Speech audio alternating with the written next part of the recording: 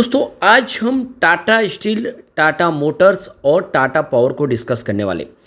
Tata group के ये तीन स्टॉक क्या आने वाले समय में हमें मल्टी बैगर रिटर्न दे सकते हैं। वैसे तो काफ़ी अच्छा रिटर्न दे चुके हैं, लेकिन अभी उतने नहीं दौड़े। बाजार इस समय ऑल टाइम हाई पे है, लेकिन ये स्टॉक अभी भी काफ़ी नीचे दिख रहे हैं। क्या आने वाले समय में ज़बरदस्त रिटर्न दे सकते हैं, क्योंकि कभी भी जब बाजार में देखो गिरावट का माहौल बनता है तो जो मजबूत स्टॉक है वही हमारे निवेश को बचा के रखते हैं। तो टाटा ग्रुप के ऊपर तो बहुत सारा भरोसा है। यहाँ पे कुछ बड़ी अपडेट निकल के आ रही है, जिनको हम एक एक करके डिस्कस करेंगे और जानने की कोशिश करेंगे ये टाटा के जो तीन नवरत्न है क्या हमें मालामाल कर सकते हैं। लेकिन फ्रेंड, उससे पहले अगर आप पहली बार हमारे चैनल पे आए तो चैनल को सब्सक्राइब कर दीजिए, एक बेल आइकॉन दबा दीजिए ताकि जब भी नया वीडियो बने पहला नोटिफिकेशन आपको मिले। वीडियो पसंद आए तो लाइक से जरूर कीजिए। चलो फ्रेंड्स, वीडियो स्टार्ट करते हैं। मैं हूँ आपका दोस्त SP दवे और हमारे अपने चैनल ऑनलाइन कमाई में आपका बहुत बहुत स्वागत है। तो सबसे पहले टाटा स्टील की बात कर ले तो आज 175 पर क्लोजिंग थी। 0.73% की गिरावट देखने को मिली। बाजार में आज कुछ गिरावट थी, भले ही बाजार थोड़ा रिकवर हुआ, लेकिन आज सेलिंग मूड था, तो इसमें ये स्टॉक टाटा स्टील में भी कुछ गिरावट देखने को मिली। अगर हम दूसरी तरफ टाटा मोटर्स की बात करें तो यहाँ पे 992 पर क्लोजिंग थी। यहाँ पर भी 0.53% यानी लगभग आधा % की गिरावट देखने को मिली। और इंट्राडे में 1000 रुपये के आसपास स्टॉक था और काफ़ी समय से 1000 के आसपास ही ट्रेड कर रहा है। बहुत जल्द यहाँ पे एक अच्छी तेज़ी की संभावना दिख रही है। अब यहाँ पे टाटा मोटर्स और या फिर टाटा स्टील, कौन सा स्टॉक अच्छा है जिसको लॉन्ग टर्म के लिए होल्ड किया जा सकता है। तो दोनों स्टॉक ने लगभग सिमिलर रिटर्न दिया है। आप देख सकते हो कि टाटा मोटर्स की जो रिटर्न देखो 28% के आसपास है और यहाँ पे 26% के आसपास का रिटर्न दिया है टाटा स्टील ने।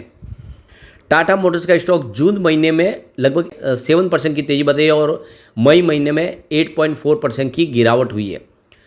और यहाँ पे अगर आप देखें तो टाटा स्टील की बात कर ले तो टाटा स्टील में भी अगर आप देखें तो यहाँ पे देख सकते हो कि करीब 1.3% की तेज़ी बनी है मई महीने में और अप्रैल महीने में 10% के आसपास की तेज़ी बताई है। लेकिन हम एक साल के हिसाब से देखें तो टाटा मोटर्स ने रिटर्न ज़्यादा दिया है, करीब 67% के आसपास, जबकि टाटा स्टील ने 56% का पॉजिटिव रिटर्न दिया है। फिलहाल इन दोनों स्टॉक ने अपने 52 वीक के हाई को बनाया है। टाटा मोटर्स ने मार्च 2024 में 1065 का अपना 52 वीक का हाई बनाया और इसका लो अगर देखें तो जुलाई 2023 में 588 के आसपास था और करंटली 1000 के आसपास है। दूसरी तरफ अगर देखें तो टाटा स्टील ने लास्ट महीने में 184 का हाई बनाया था और यहाँ पे देख सकते हो कि 52 वीक का जो लो था वो 111 के आसपास था, जो जुलाई 2023 में बना था। अगर लॉन्ग टर्म इन्वेस्टमेंट की बात कर ले तो जो विनर है वो टाटा मोटर्स बना, जिसने 216% का पिछले 3 साल में रिटर्न दिया, जबकि इस दौरान टाटा स्टील में 51% की ही तेज़ी बनी है। अब यहाँ पे दोनों में से कौन से स्टॉक को पिक करना चाहिए, तो देखो सैमको सिक्योरिटीज़ की तरफ से अगर आप देखें तो अपूर्वा सेठ ने यहाँ पे दोनों स्टॉक को कंपेयर करके अगर आप देखें तो उनका कहना है कि दोनों में से अगर आप बेटर देखें तो टाटा मोटर्स दिखाई दे रहा है, क्योंकि टाटा मोटर्स के सेगमेंट में काफ़ी ज़्यादा संभावना दिख रही है। कंपनी लगातार अपने बिजनेस को तेज़ी से आगे बढ़ा रही है, कुछ बड़े फैसले ले रही है और मार्केट शेयर काफ़ी अच्छा बढ़ रहा है। अगर टाटा मोटर्स की बात करें तो उनका EV सेगमेंट में तो एक तरह से एक छत्र राज है पूरे बाजार में, 70% के आसपास उनका मार्केट शेयर है और लॉन्ग टर्म के लिए उनके हिसाब से दोनों में से टाटा मोटर्स को उन्होंने सिलेक्ट किया। दूसरी तरफ अगर देखें तो वैभव जैन जो हेड है कंटेंट एंड एजुकेशन के, उनका कहना है कि दोनों ही स्टॉक बहुत अच्छे हैं और दोनों में लॉन्ग टर्म में एक अच्छा नज़रिया दिख रहा है, आने वाले समय बेहतर प्रदर्शन कर सकते हैं। टाटा स्टील की बात करें तो कंपनी अपने बिजनेस को एक्सपांड करने की तैयारी शुरू कर चुकी है, काफ़ी ज़्यादा तेज़ी से बिजनेस बढ़ रहा है और ग्रीन स्टील में भी कंपनी तेज़ी से अपने कारोबार को आगे बढ़ा रही है। जो ग्लोबल मार्केट में जो लॉस का बिजनेस है उसको भी कम करने की कोशिश करी है, तो स्टॉक काफ़ी अट्रैक्टिव हो चुका है।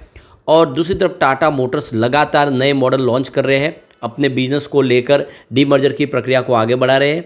तो वह देख सकते हो कि वैल्यू के हिसाब से, लॉन्ग टर्म के नज़रिए के हिसाब से दोनों ही स्टॉक लॉन्ग टर्म के नज़रिए से बहुत अच्छे हैं और इनमें निवेश किया जा सकता है। टाटा मोटर्स अपने इलेक्ट्रिक व्हीकल बिजनेस में बहुत अच्छा प्रदर्शन करी है, ऑटोमेटिव इंडस्ट्रीज में काफ़ी ज़बरदस्त डिमांड है।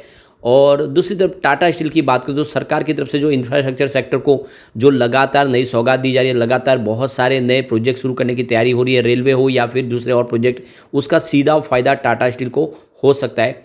और ऐसे में दोनों के लिए काफ़ी नज़रिया पॉजिटिव दिख रहा है। टाटा मोटर्स की बात करो, काफ़ी समय के बाद कंपनी प्रॉफिट में आ चुकी है, रेवेन्यू ग्रोथ काफ़ी अच्छा बढ़ रहा है, कंपनी ने अब डिविडेंड देना भी शुरू किया है और कंपनी का जो इलेक्ट्रिक और लग्जरी व्हीकल का जो मार्केट है वो शेयर काफ़ी बड़ा है और इसीलिए लॉन्ग प्रॉस्पेक्ट के हिसाब से देखें तो ये स्टॉक काफ़ी अच्छा लग रहा है खरीदारी के लिए।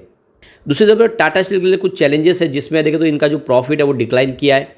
कंपनी आने वाले समय में अपना जो ग्लोबल मार्केट है उसमें जो दबाव है वो भी देखने को मिल रहा है। तो स्टील सेक्टर के लिए जो प्राइस है उसका भी कोई ज़्यादा मायने रखता है, जब ये स्टील की प्राइस अप डाउन होती है उसका भी बाजार पे असर होता है, तो कुछ प्रॉब्लम जरूर है। लेकिन जिस तरह से इस सेक्टर में डिमांड है वो इसके लिए काफ़ी अच्छी है और इसकी प्राइस नहीं बढ़ी है तो आने वाले समय में बेहतर प्रदर्शन कर सकता है। तो एक तरह से देखें तो लॉन्ग टर्म के नज़रिए से ये दोनों ही स्टॉक अच्छे हैं और मार्केट एक्सपर्ट का कहना है कि इनमें आपको खरीदारी करनी चाहिए। आपके पोर्टफोलियो में टाटा मोटर्स और टाटा स्टील दोनों ही स्टॉक होने चाहिए। अब यहाँ पे एक जो और बड़ी अपडेट निकल के आ रही है, बजट 2024 आने वाला है जिसका फ़ायदा 3 स्टॉक को देखने को मिल सकता है, जिसमें टाटा स्टील भी शामिल है, इसके अलावा BEL। क्योंकि यहाँ पे जो सबसे बड़ी बात है कि सरकार इस समय इंफ्रास्ट्रक्चर को फोकस कर रही है, सरकार इंफ्रास्ट्रक्चर के लिए कुछ और बड़ी अनाउंसमेंट कर सकती है। तो ऐसे में जो भी इंफ्रास्ट्रक्चर डेवलप होते हैं उसमें स्टील का सबसे बड़ा रोल होता है और ऐसे में टाटा स्टील को बहुत सारा बेनिफिट हो सकता है। टाटा स्टील इंडिया की बहुत मजबूत कंपनी है, तो ऐसे में यहाँ पे खरीदारी की सलाह है। आप देख सकते हो कि यहाँ पे 169 से 168 के आसपास खरीदारी करनी चाहिए। 158 का इसमें स्टॉप लॉस लगा ले, फिर 185 से लेके 190 के टारगेट देखने को मिल सकते हैं। तो कुल मिला के मार्केट एक्सपर्ट इस समय बुलिश है और खरीदारी की सलाह दे रहे हैं। अब चलते हम टाटा पावर की तरफ।